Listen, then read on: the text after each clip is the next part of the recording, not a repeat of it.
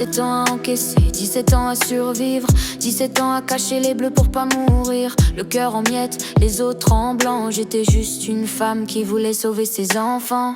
J'ai vécu les cris, la peur, l'odeur du sang. Les nuits où je respirais doucement pour pas qu'ils m'entendent. J'ai traversé l'enfer sans aucun témoin. Et c'est moi qu'on accuse aujourd'hui comme si j'avais choisi ce chemin. L'avocate absente, à l'audition, j'étais seule, pas défendue. Mon avocate absente, inexistante, jamais venue. Pas un dossier, pas un mot, rien dans ses mains. Elle m'a laissé tomber comme si j'étais plus rien. La justice m'a regardé comme un numéro. On m'a demandé pourquoi j'ai pas parlé plus tôt. Mais comment parler quand t'es menacé de mort? Quand chaque pas, chaque souffle peut déclencher un sort. Les 3 mois de terreur, 3 mois pour trouver un courage qui existait plus. 3 mois à trembler, à prier pour qu'il me tue pas. Avant que je parle, tu vois le truc, je marchais sur des œufs. Je respirais pas, je faisais mes démarches en cachette pour qu'il me voie pas. J'étais une survivante qui préparait sa sortie. Et eux là-haut, ils disent que j'aurais dû agir plus vite. Mais personne comprend le cerveau d'une femme détruite qui cherche juste à sauver sa peau et celle de ses petites. Le monde à l'envers, et on me met en examen comme si j'étais coupable du crime qu'il a commis.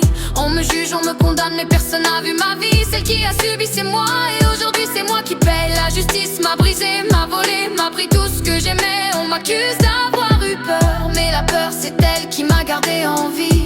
Ils parlent de loi, moi je parle de survie. Et devant eux je suis seule, comme si mon histoire comptait pas.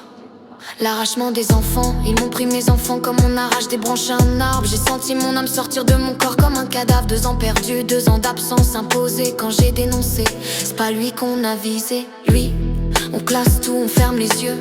Moi, on m'écrase, on me traîne dans le feu. C'est un cauchemar qui s'ouvre et se referme sur moi. Une double peine, une violence que seule une mère comprend. Tu vois, la violence judiciaire. On m'a interrogé comme si j'étais complice, comme si j'avais signé un pacte avec l'oncle du vice. Ils m'ont dit vous saviez, vous avez rien dit. Mais ils savent pas ce que c'est d'être une femme qui survit.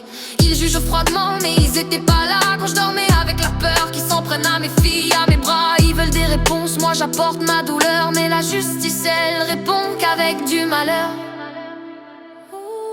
Aujourd'hui, c'est moi qui dors plus, c'est moi qui pleure chaque soir, chaque minute. C'est moi qui me bats seule contre tout un mur. Contre la justice, les dossiers, le froid, l'absurde. Je me sens seule, abandonnée dans ma tête. J'ai plus envie de sortir, je fuis toute la planète. Dépression, fatigue, cerne jusqu'au cœur. Ma santé s'écroule sous le poids de leur erreur. J'avance encore, même brisée, même perdue. J'essaie juste de rester debout mais j'ai presque plus de jus. Final, verdict qui claque et maintenant je lève la tête. Même si la justice m'a mise à terre en miettes. Leur mise en examen, leur regard, leur mépris. Je les prends, je les porte mais ils m'auront pas fini. Le verdict je l'attends mais je tremble plus. Parce que la vérité, elle tient debout. J'ai survécu à un monstre. C'est pas la justice qui va m'abattre. J'irai jusqu'au bout, même blessé, même seul. Et un jour, la vérité les frappera comme une gifle.